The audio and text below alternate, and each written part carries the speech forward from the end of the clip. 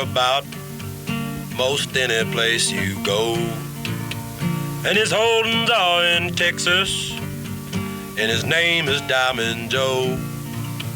He carries all his money in a diamond-studded jaw, and he never was much bothered by the process of the law. Howdy there, I'm Matt McKinley, and we're burning daylight. I did offer him my Howdy hand. there, daylight burners. Happy Wednesday. Hump day on the second week of September already. Time has flown. Fall is fast approaching. It really cooled down here today and supposed to stay that way through the rest of the week, and I'm pretty goddamn stoked about that. Got a good show for you today. We got the weekly cattle market Raftport with my good buddy George Raftopolous there at Loma Livestock, and I think you're gonna like it.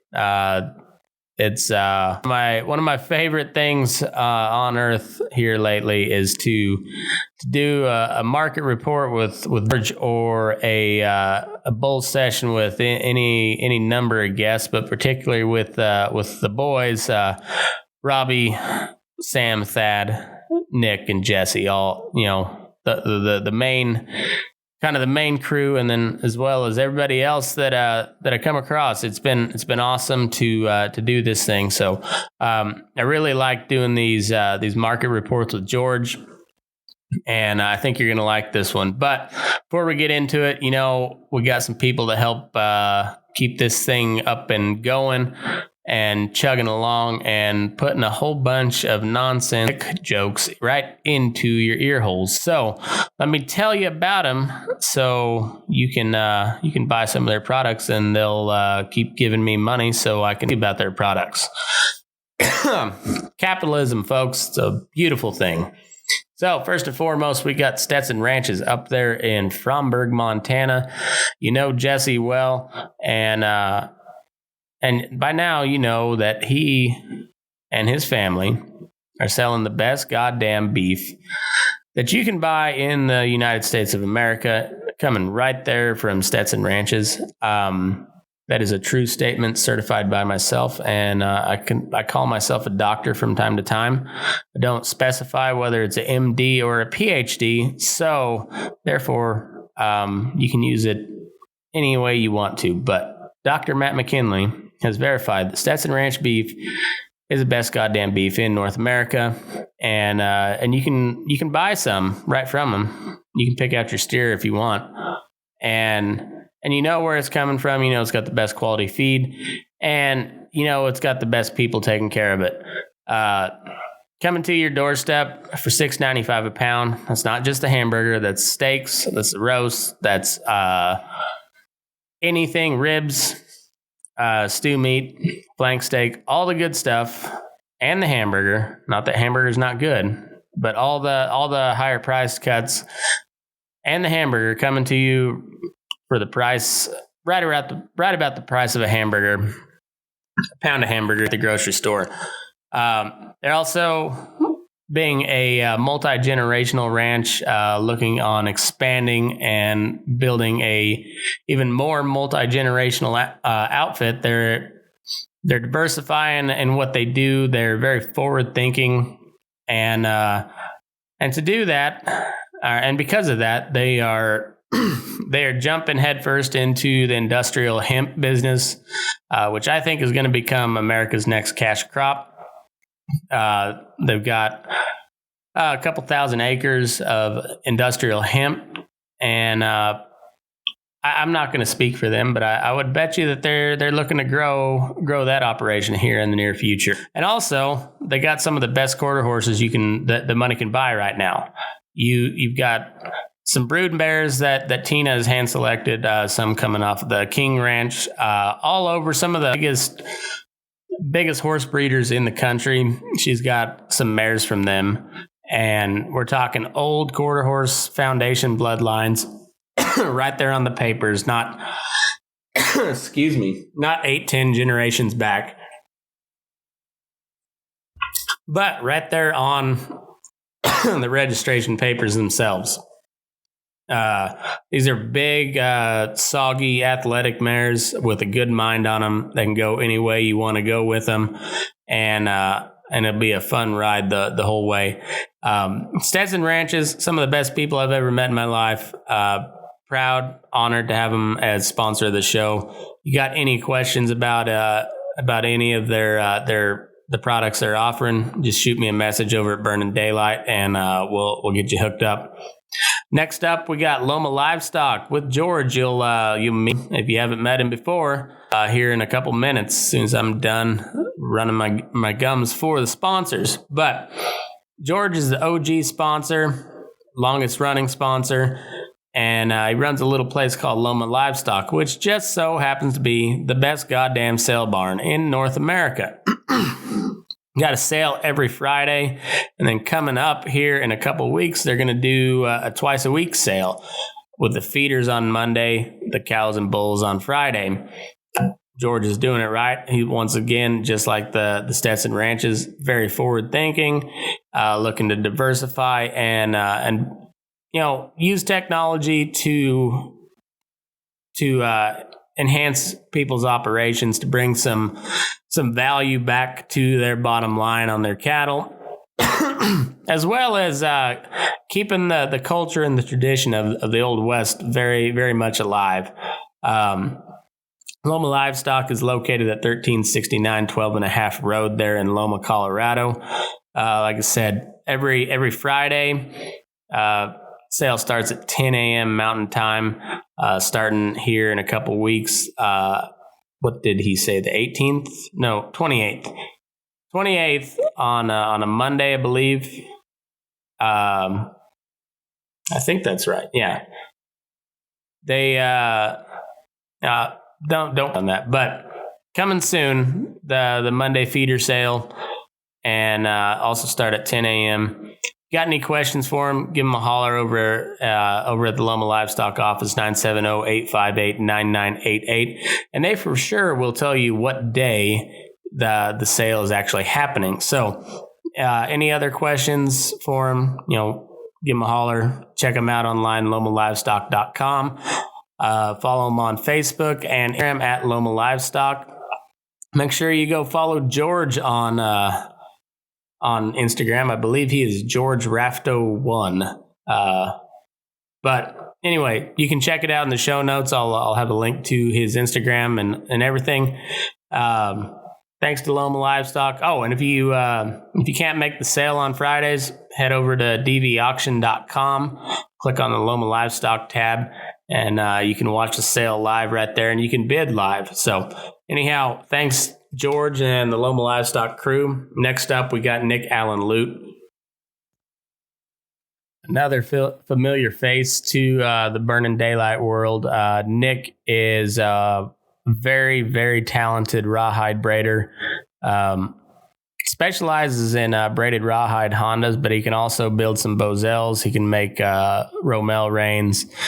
Pretty well anything rawhide. If you got a hankering for it, give Nick a holler. He really just an excellent craftsman. Really takes pride in his work, and it shows in the product. I've got 3 of his Hondas, never broke one. They add a lot of speed and weight to the tip of your rope. Helps you to reach out and throw some long shots. It helps cut through the wind when it's real nasty out there, and also helps to throw those big fancy vaquero loops if you're into that type of deal. Anyhow, Nick's he's a straight shooter. If you break one of his Hondas, send it back. He'll make you a new one, but you don't have to worry about that. You're not ever going to break it. And he's just a stand-up guy, friend of the show, and I appreciate the hell out of him. You can find him over on Facebook at Nick Allen Lute, and on Instagram at Will Cowboy for Food. And then finally, new sponsor to the show, we got Mr. Cory Seaman with Coyote Valley Saddlery. Cory hand makes saddles, leggings, tapaderos, pretty well any leather product you could imagine, but that's kind of his bread and butter what he hangs his hat on is his saddles. I've seen a lot of them floating around on Facebook, and sometimes you think that might be a bad deal, but every time I've seen a Cory Seaman rig up for trade on Facebook, it's been in excellent condition, and the fella or lady that is trading it is in dire need of cash. And everyone I've ever talked to said, "Hey, this saddle sits right. It's tougher than nails, and it even looks good." Cory's making some really nice leather products.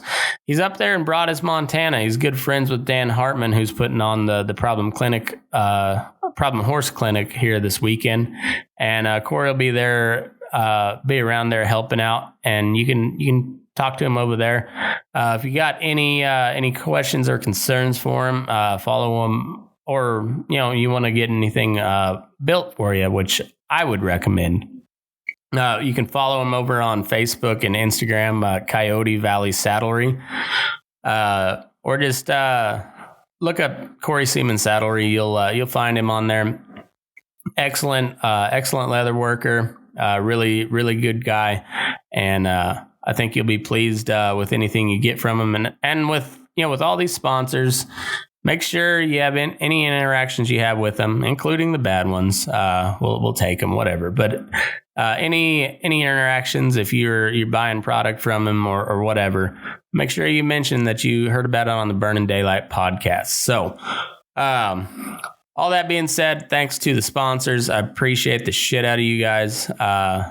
You've helped make this show a real deal. So, I can't say thank you enough. But that being said, I can say thank you enough because now we got one of our other sponsors on the show to talk a little cattle markets, a little bit of everything, a little bit of life. Here is George with the cattle market Raftport. Yeah. That's nice. You can dump that in. Yeah, for sure. I'll do that in the post-production, as we call it here in the biz, in the biz of cowboy podcasts. It's a post-production thing. Yeah, no bigs. I get it. So, we already got some people listening. Shit, we're getting popular up in here, George. It's nice. I don't know. Thank you guys. Why. Thank you guys. Hell yeah, that's awesome. Me neither, but we really appreciate it, even if it's out of sympathy. Thank you. Yeah, we'll take. I never turned down a sympathy fucking college, so why would I turn down a sympathy view now? So you shouldn't. Shouldn't. Yeah, welcome Daylight Burners. What's up? What is today? Tuesday. Yeah, Tuesday. Did you get any labor done over Labor Day, George? No, not very much. It's probably one of my least laborious days of the past 7. But it was kind of nice. I mean, it was still a nice day. Yeah, it's funny how all the government agencies have paid holiday for Labor Day when they're the agencies that are forcing people to stay home and not labor on Labor Day. It's kind of it's like the ultimate communist holiday is 2020 Labor Day. I mean, exactly. I just took it upon itself to not do a bunch of labor, I guess. So I went that route. Well, that'll work. It was nice. I'm not disappointed. That's good. Yeah, I had to work a little bit, but it was cool. I was by myself, and cattle were breaking a little bit, so I had to kind of had to buckle down and work a little bit. But I don't like to do that too often, but every now and then it's nice to get back. Happens. Gets back to the roots. It is. It makes it. That's like a day off. As much as it's weird to seem that, even though you don't do it every day. Yeah. I mean, It's fun. And so the Cowboys are saying, well, yeah, come back out and do it every day in the cold and everything else. Yeah, I get exactly. That. But on a nice Sunday when the sun's shining, I mean, it's hard to beat. It really is. Unless you do it every day. Yeah, it's some of those days. Well, even on my end, where like we get pretty lucky and get good cattle, so we don't. I mean, we hit them hard for about 30 days, and then they're it's pretty well smooth sailing, and it's usually after about 2 weeks when they line out. But every now and then you get a bunch of shitters, and you got to work a little bit, and it's kind of fun, especially if they do end up straightening out. But when they don't, then that's when it becomes a grind. You're just like, well, fuck. How do I even approach this anymore? Just keep pulling cattle, I guess. But yeah, no. And then you're like, oh, I'm never gonna get. It's like they're gonna all die. I don't know. Yeah, and you're like, fuck, my death percentage has got to be 40% at this point, is what it feels like sometimes. Then you get your close out and you're still under 1. And you're like, well, shit, I'm right. I'm good. I'm great. I knew it the whole time. Yeah, I knew it the whole time. It's top secret plan. Couldn't divulge any information prior. Send me another one. Well, buddy, how was the sale on Friday? It was good, and it was we only had about 150 on Friday. Like, so down from the 1,100, we had that big yearling run. This run was really more about the cows and the bulls. But with like one load, almost a full load of yearling steers and heifers. They were good ones, though, home raised. But the cows and the bulls were like 63 to 68, 70 even at a spot. And, the bulls were 93 with the high bull of like 97. So that price is still staying in there like real good. And then we had 7 weights around $1.40 on the steers and around $1.25 on the heifers. But there just wasn't a whole lot of feeder volume to speak of, but the demand was good.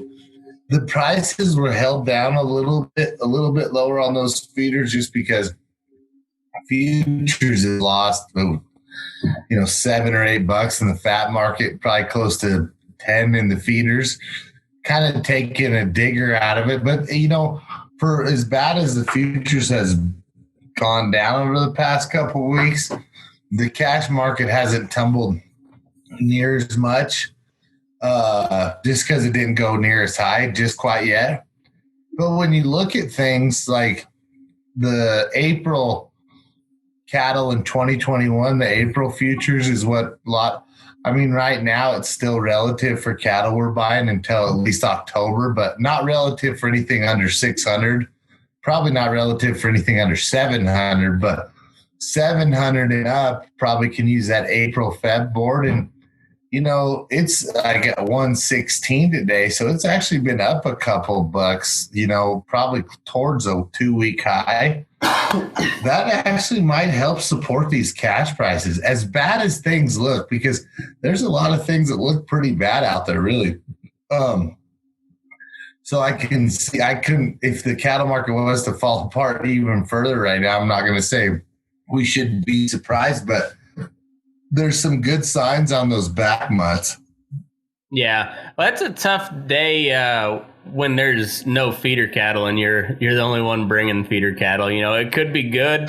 It could be really good depending on how hungry the buyers are, but it could be real bad because you're it, and that's it kind of sucks. But that's the kind of the luck of the draw, taking them to town to sale. But it is what it is. That's it. Sometimes you show up and nothing else shows up. Like you said, it's a lot easier to bunch them and get a lot of buyers there with a lot of them, so you can kind of dang sure keep the firm. That was a hard sale to hold together as a sale barn operator. You kind of just need to have the contacts, and having some good ones help there just to put it together, make a deal for the buyer, even on a split load or something. Lighter load just to get him out of there. Yeah. Just to make a market. But like you said, I was curious on that on the DB auction deal,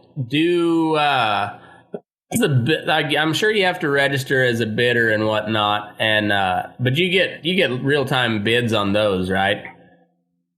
You get real time bids on those, exactly, and that's what fiber optic I've been bringing in, and hopefully it's finally getting ready to go in, which I think is going to help quite a bit because it's just a little bit of delay. Mm-hmm. You know what I mean? And I think just having that off it will have a little more buyer confidence. Yeah. I sell things off there, but I'd like more and more people just to kind of be comfortable with it. But I think that no delay is going to help. I'm hoping that's what I'm betting on. And then the tight sort, like, running them through the shoe, getting them a real tight sort and a real clean sort. So hopefully buyers will start appreciating that even if they have to buy online. Yeah. Well, I'm going to look into it and see if there's a way where I can, like, as it's streaming on DB auction, I can just share it on the Facebook page too. That would be awesome, man. That would be cool. I'll look into it and see if I can. Because I think it'd be cool. Just to see if anybody, because we got listeners and followers from all over, and we got like a pretty good showing down southeast and down in Texas and of course out west here. But it'd be cool just for the followers to see what's selling there in western Colorado and in the best goddamn sale barn in North America. Loma Livestock. I just love that. Means a lot to me. That means a lot to me. It always has, and I always have to commend you for giving me that title. Oh yeah. And we work hard every day to keep it. That's important, McKinley. We're a customer service business. That's what we want people to know. That's right. First and foremost. That's right. And then, if you got customers, George will serve them. Yeah, absolutely. I mean, bend over backwards, as they say in the movie business or in some business. I'm not sure. It's in a business. If you just leave off the backwards and then you open up a whole nother business where that's used. But we're not into that business at this time. And there's your dick joke of the evening, fellas. We kept that one in early so we can check mark that one. Don't have to worry about it. It's smooth sailing from now. It's all organic from here. So base is covered. Yeah. We're solid. So what's the sale looking like this week?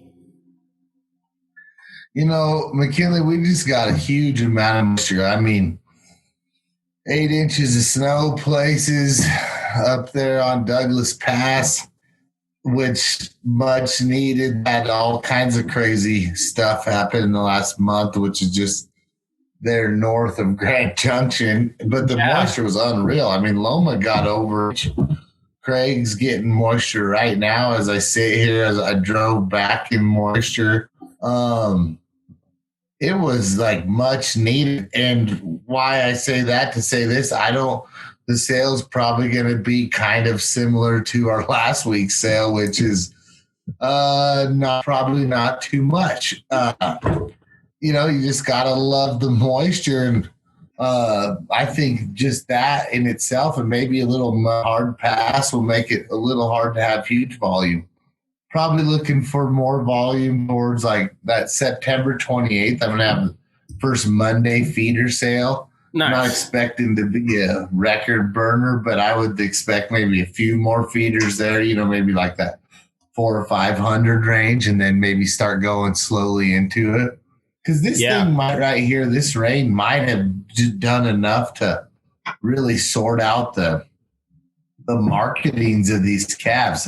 Maybe not. Maybe it's a blip in the radar, but you got to think it buys people some time. I actually think it's going to make cattle a little hard to gather when it's going to be like 80, 78, 80, next week. when they get water where they haven't had water all summer, you know? Those old vaqueros are going to be busy doctoring cattle this week. That is for damn sure. How did do on the fire? Is that did it knock it down pretty good? That big snow and moisture was right on top of at least that Pine Gulch. I mean, and it kind of, I think I heard anyways, it kind of blew up a little bit a couple days ago, maybe 3. Mm-hmm.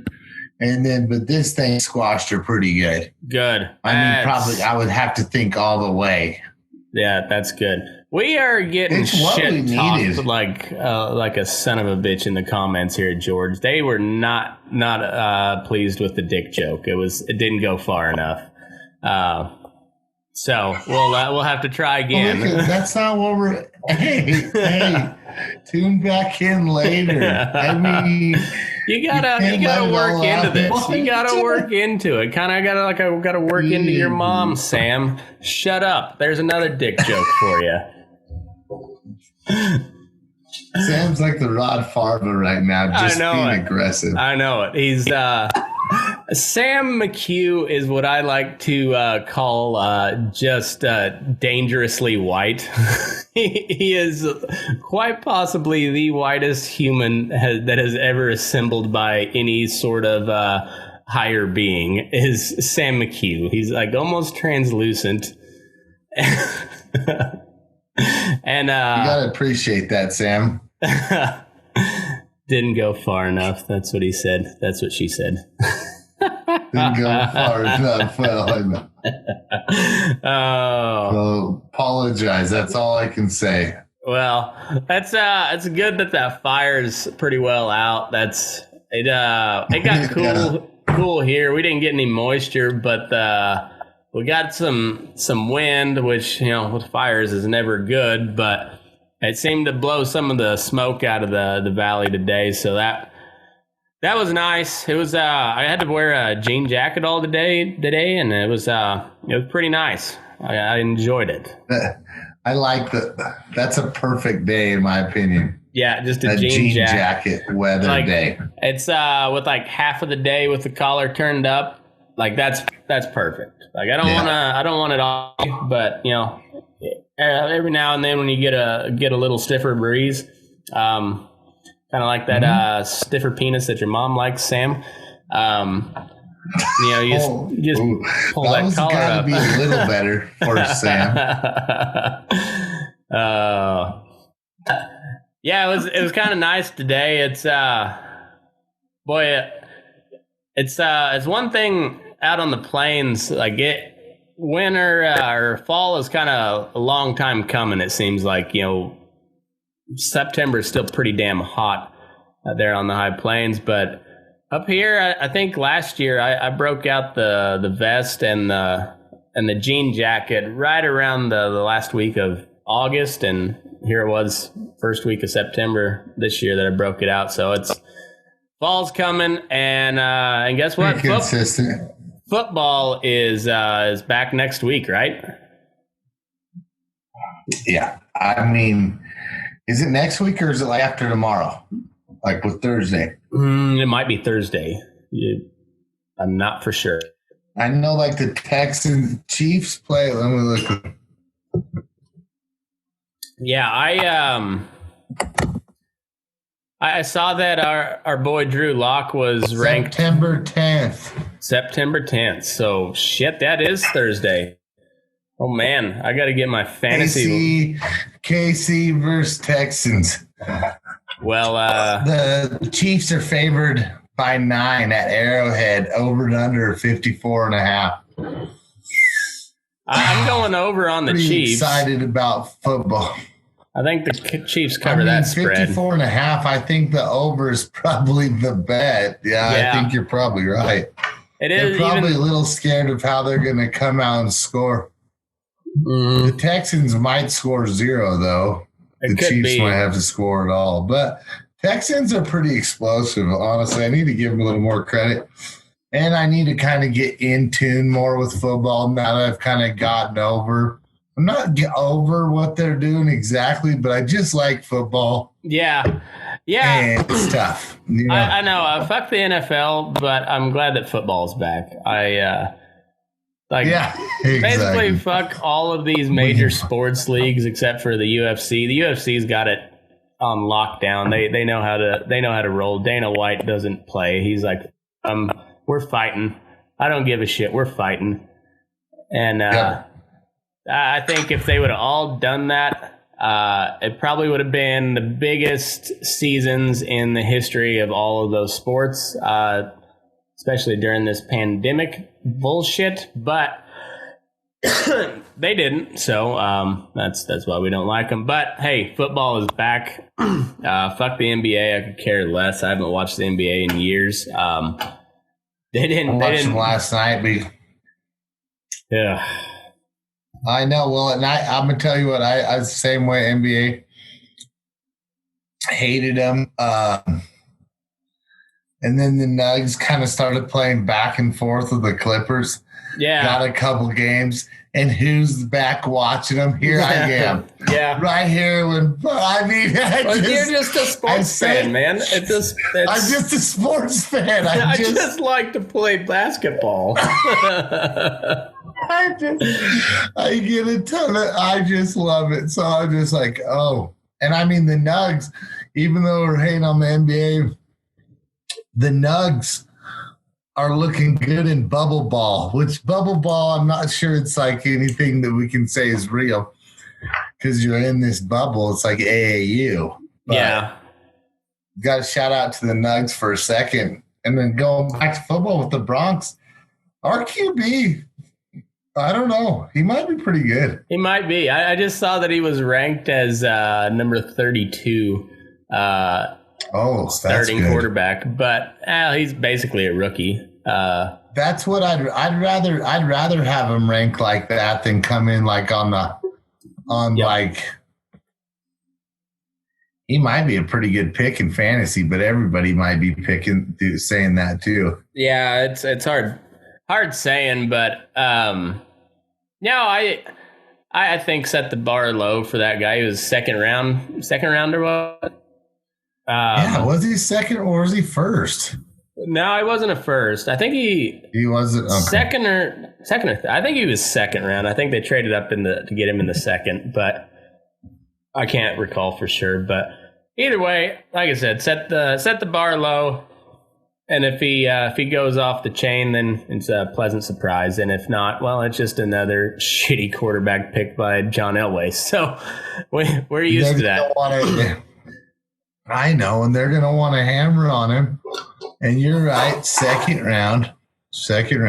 Yeah, so and you're right. He only played a couple games last year, right?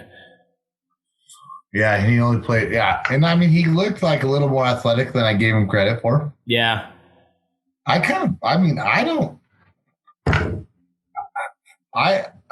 The Broncos kind of is anybody picking them to do anything? So they could be like a little bit of a sleeper. I think the couple people that I've listened to, and I haven't listened to much sports radio here lately, but the couple podcasts that I caught, they all listed Denver as kind of a sleeper team, but I mean they're going to be playing for a wild card. We'll just get that out of the way right up front. Yeah. They're not winning the division. That's not happening. Fucking Mahomes. I know Patty Mahomes, and I'm not going to make bold calls on the Broncos. I've done it a couple times, and I really want to right now. Like you said, and the Broncos winning the division would be making a bold call. So I'm going to hold that in for a while. George, I want to see the Chief Texans. Yeah, I bet you are.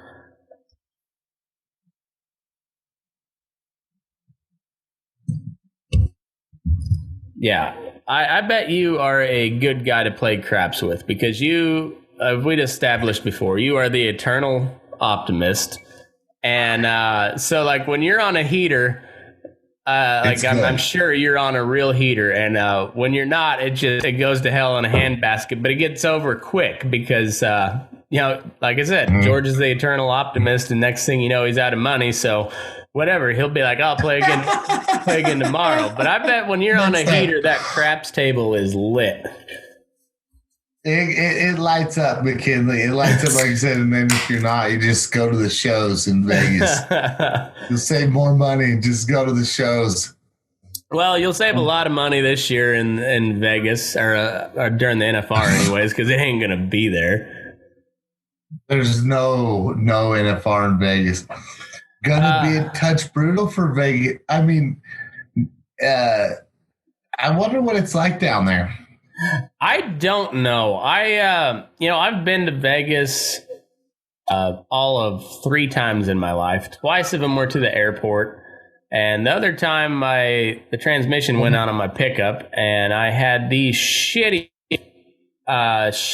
little Mexican transmission shop working on it. It was in North Las Vegas, and that was the only time in my life where I carried because I felt like I needed to. Like I didn't have a concealed carry, but I carried everywhere in North Las Vegas because that was a sketchy part of town. So I'm not a big fan of Las Vegas, and then then I got moved over here to Nevada, and turns out the rest of Nevada fucking hates Las Vegas too because they ruin the rest of the state politics wise. It's just California East. Yeah. So, somebody actually, Jake Smith from Hillbilly, Arkansas, asked me about what I thought of the NFR move to Texas, and I'm not really married to the NFR. I've never been. I always feel like I should go just for the experience. But now I don't know if I could hang. So like it'd be like maybe a weekend in Vegas, maybe. But this piece of shit governor that we have, it basically represents Las Vegas and none of the rest of the state. So I say fuck him. I hope it does well there at Rangers Stadium in Arlington, and I won't shed a tear if it moves there permanently after the contract runs up with the city of Las Vegas. Fuck Las Vegas. I don't care.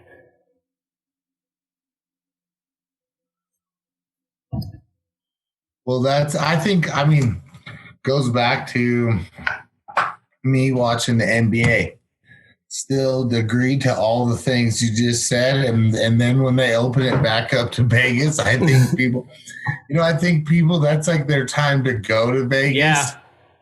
Everybody, like when you do go that time, I will give it credit for the thing is you see people you see people like once a year sometimes in Vegas. Yeah. And I don't know how it'll be in Texas. Yeah, I don't know it'll probably either. be cool too, but and I get that aspect. I know when you know what I mean. Yeah, I know. I remember when they. I hate them. Oh, go ahead. No, go ahead.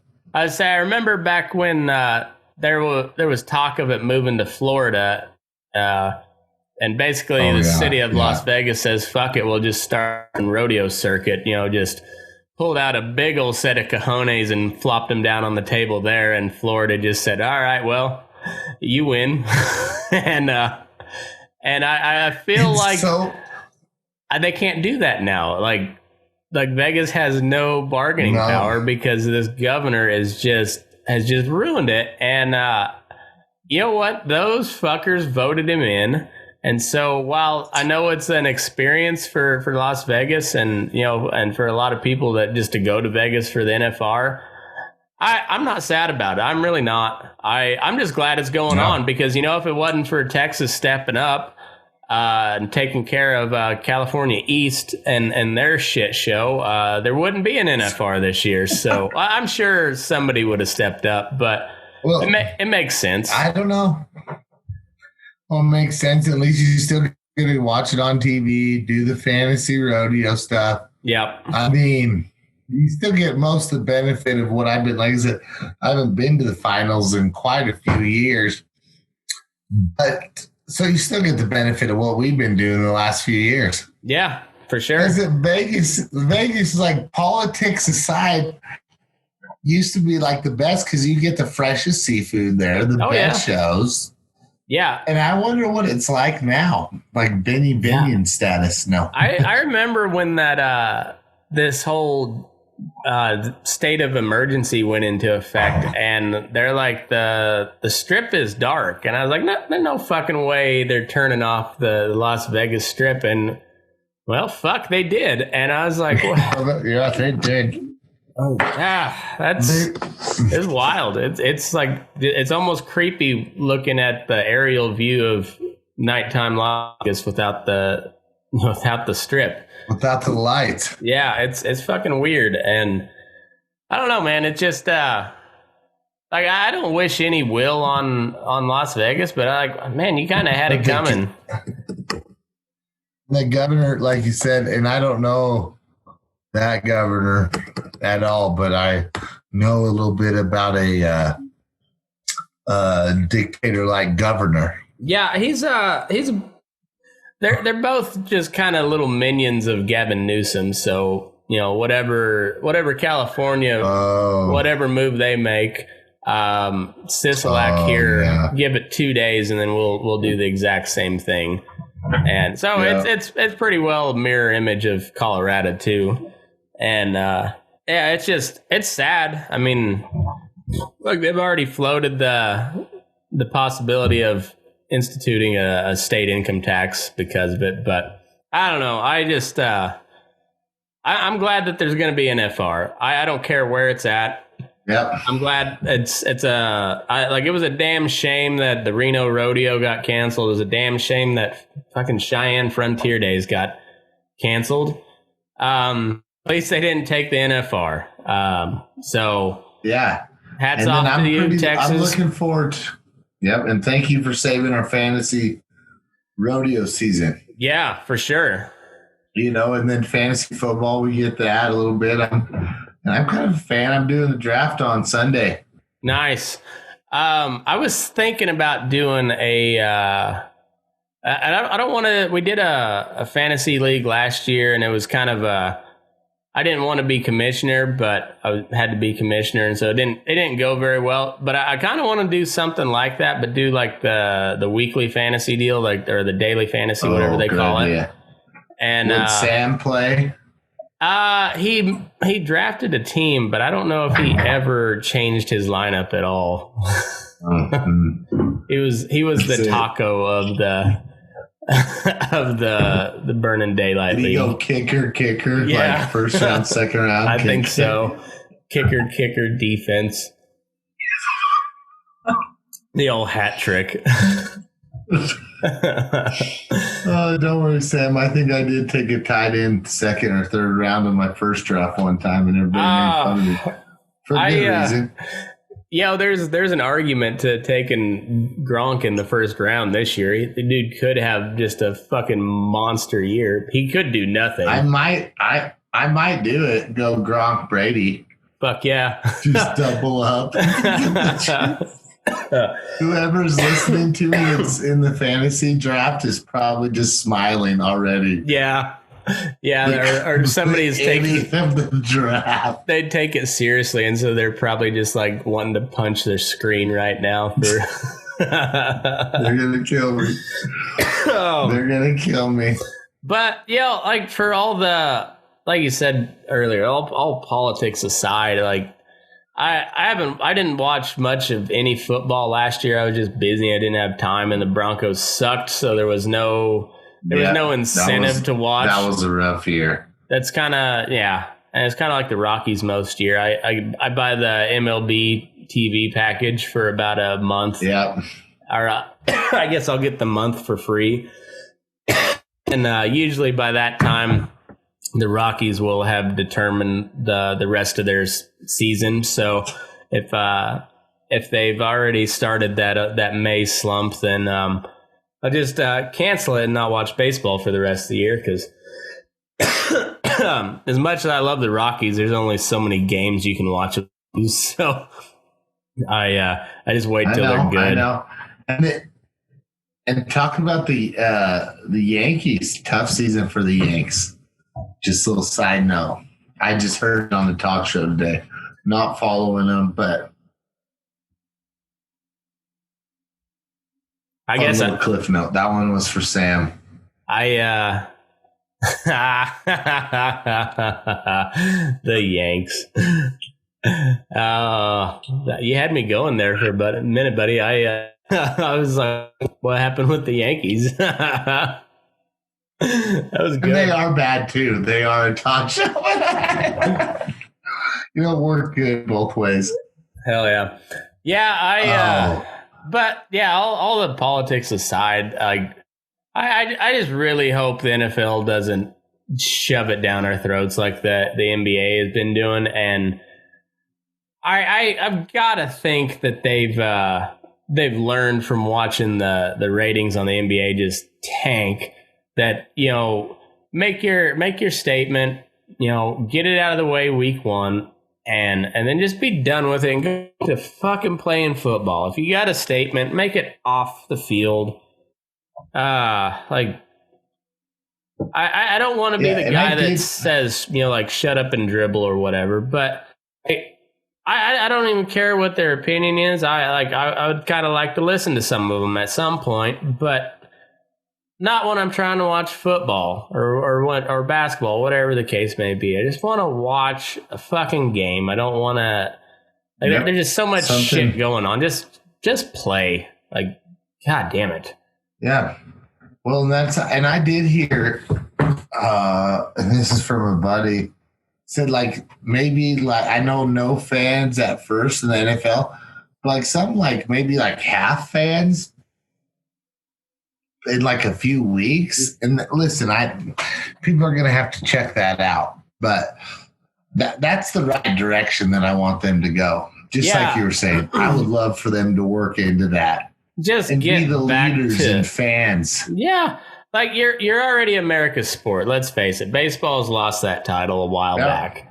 I love baseball, but they lost that title. And so they don't even have to try very hard to just cement their place as America's sport, but just try a little bit. Try a little bit to just get back to normal. You want to talk about us and then be the promoter of small business because of the comeback. Because you want to talk about every vendor around those stadiums and just the areas, the bars. I mean, what that could save them is more.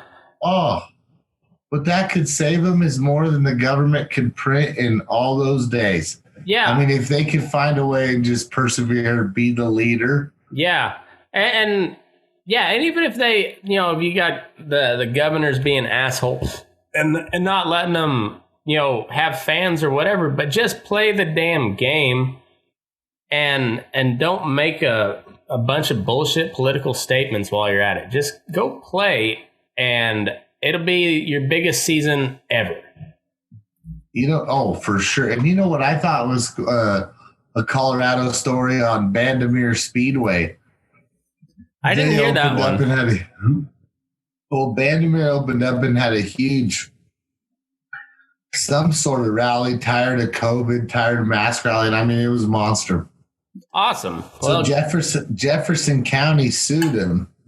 Oh, of course they did.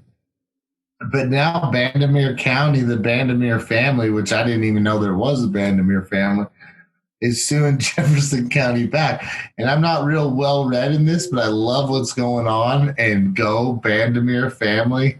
And I really like them for set precedents. If they win, the NFL, the owners of the Broncos should be pumping money to the Bandimere family. Fuck, yes, they should. Precedent. Set precedents right here. Yeah, turn your legal team over to them pro bono. Whatever it is, just whatever you got to do, make it happen. They win this case and then open up completely. Yeah, exactly. And that's the shit that Trump should have been doing this whole COVID instead of tweeting about fucking Bubba Wallace and the stupid NASCAR news. It was funny. I'll grant him that. Oh my God. God damn it, man. That's just white noise. And I mean, he sometimes, Yeah, but that's the shit he should have been doing is suing these states for just being tired. That's all it is. And That's.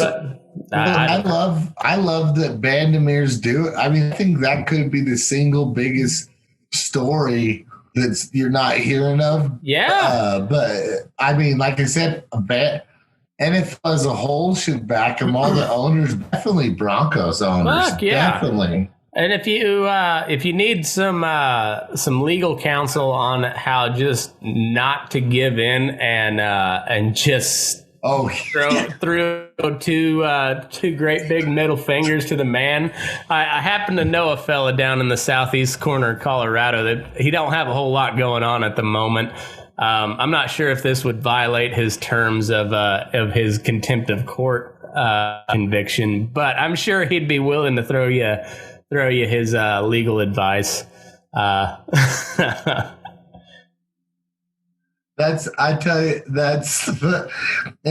maybe we got to let it calm down for a second for him, and then bring him in hot. Oh yeah. I think he doesn't care. No, he'll go right now. He don't give a fuck. But yeah, we might for his own good have to scale it back just a touch.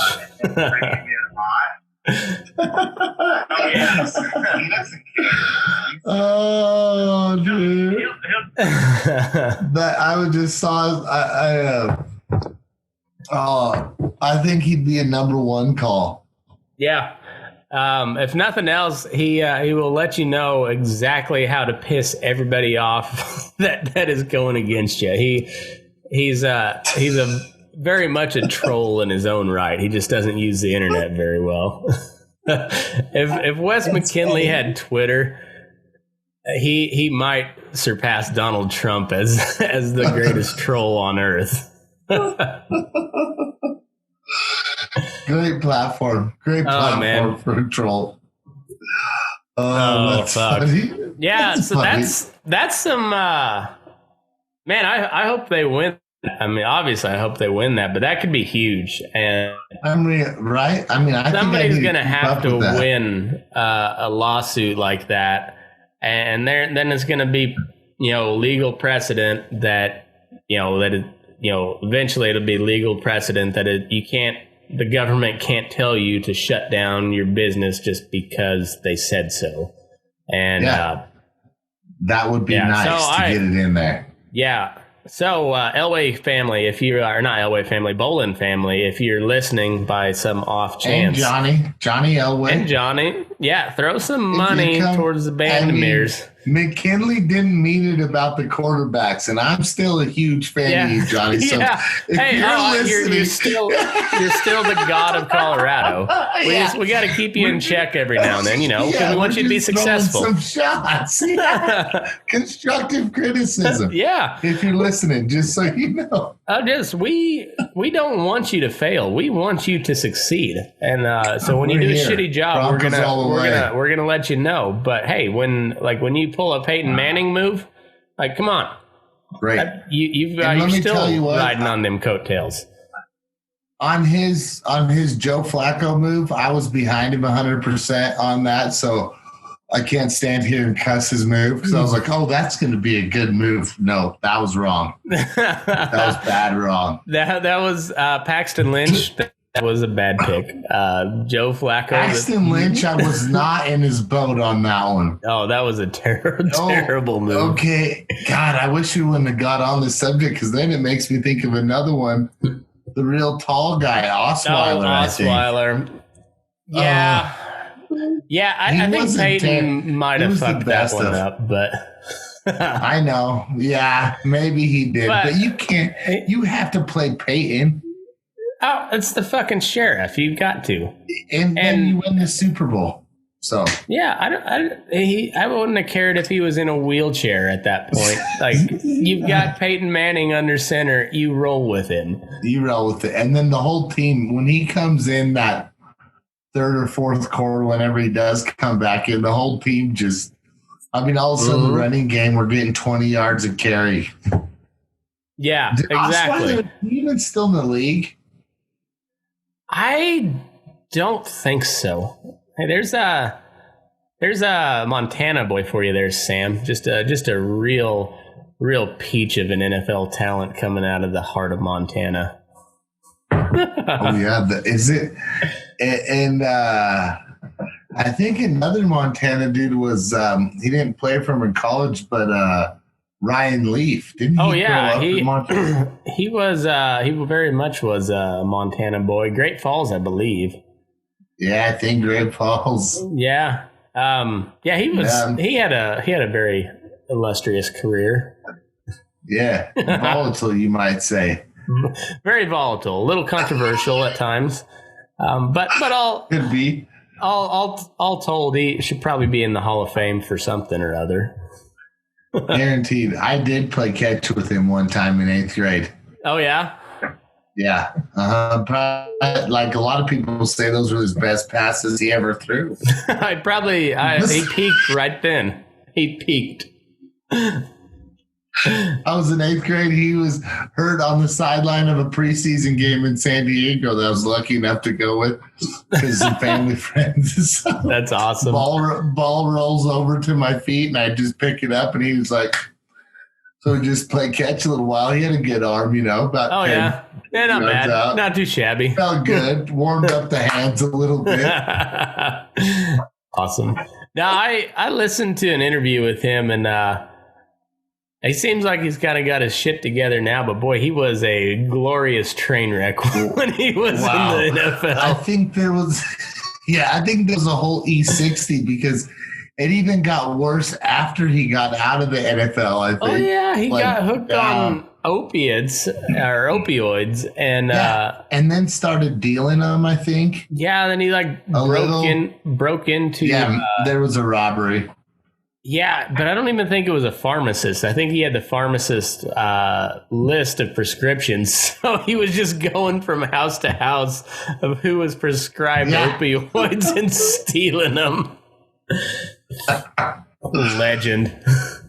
Oh, that's an aggressive game plan. Yeah. And I mean, it worked for him for a while. Well, I don't hate him for it. I don't hate him for it. I don't at all. I mean, I don't at all. Absolutely not.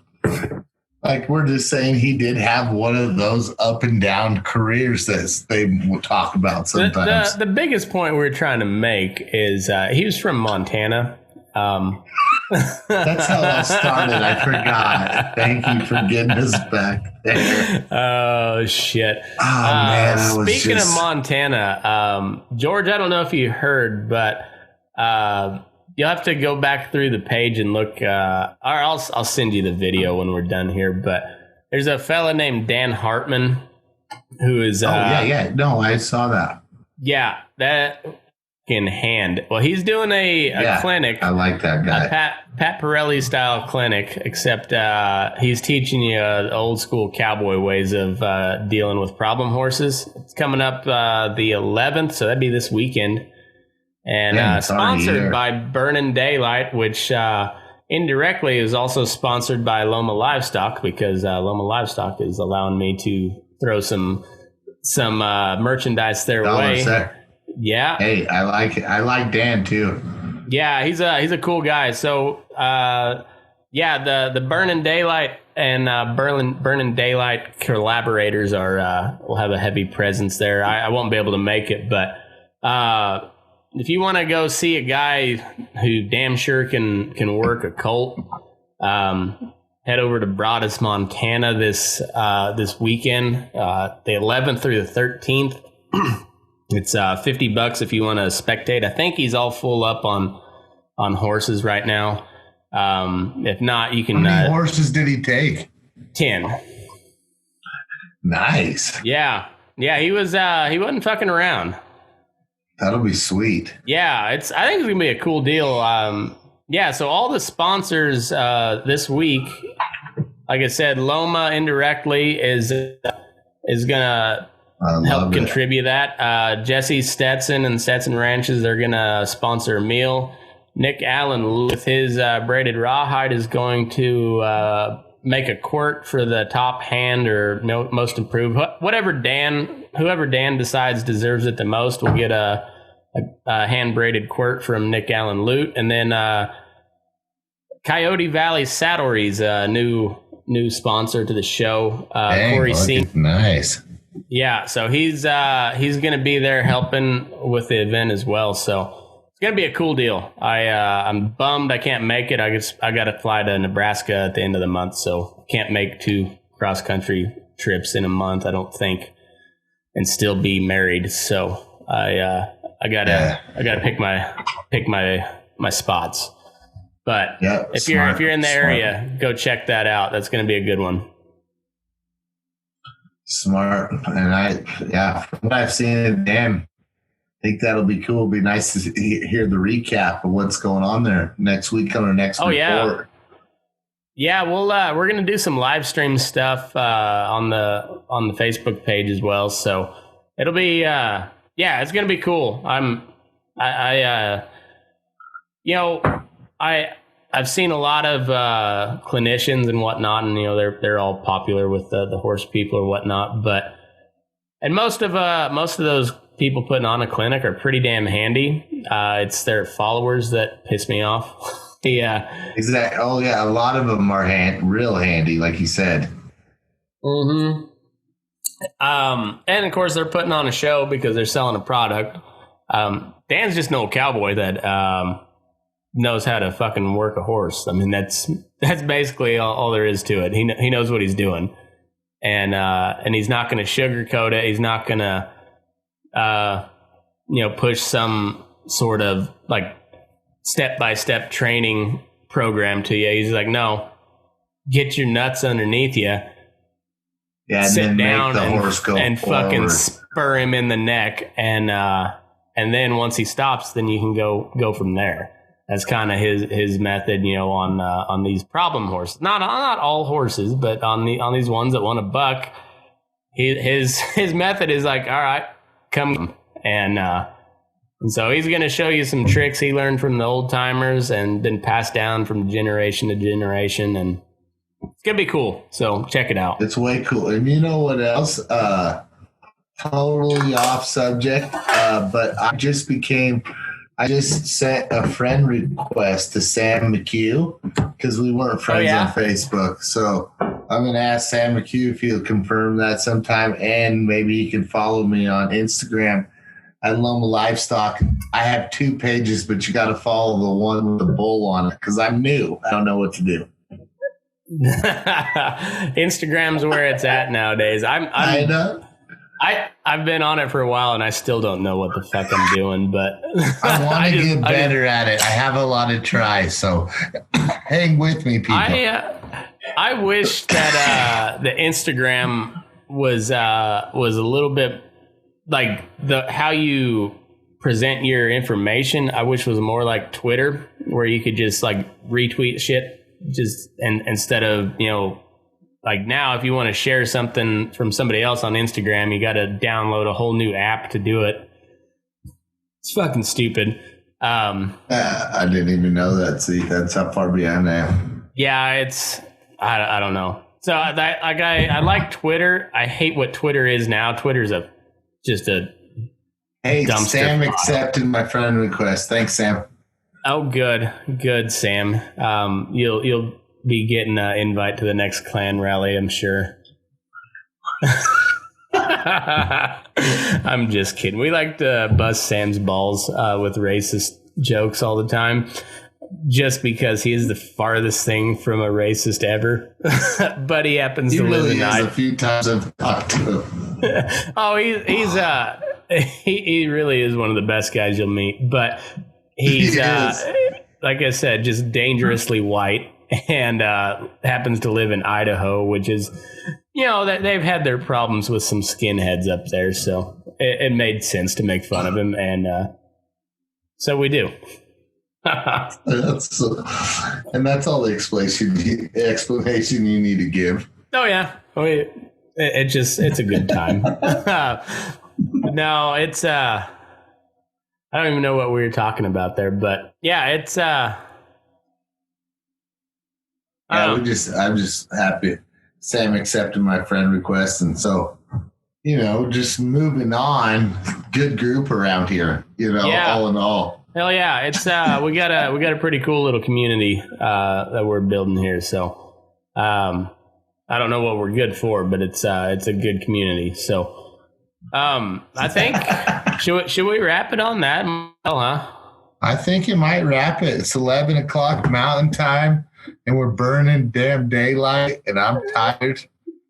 Yeah, it's past my bedtime, and I appreciate you guys for logging on. And one more thanks to Sam McHugh for accepting my friend request. Bam. All right, folks. We'll catch you here next week for the weekly cattle market Raftport from Loma Livestock. See you guys. There is a man you'll hear about most any place you go, and his holdings are in Texas, and his name is Diamond Joe. He carries all his money in a diamond-studded jaw, and he never was much bothered by the process of the law. Hired out to Diamond Joe, boys, I did offer him my hand, and he gave me a string of horses so old they couldn't stand. I like to starve to death, boys, he did mistreat me so. I never saved a dollar in the pay of Diamond Joe.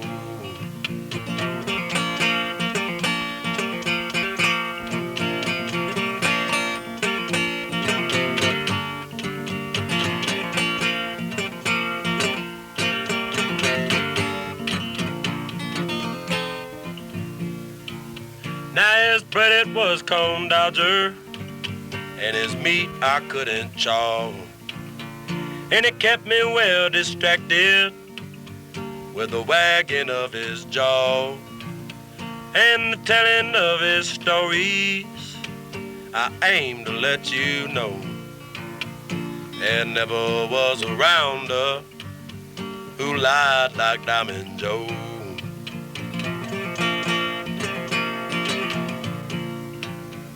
I tried 3 times to quit him, boys, but he did argue so.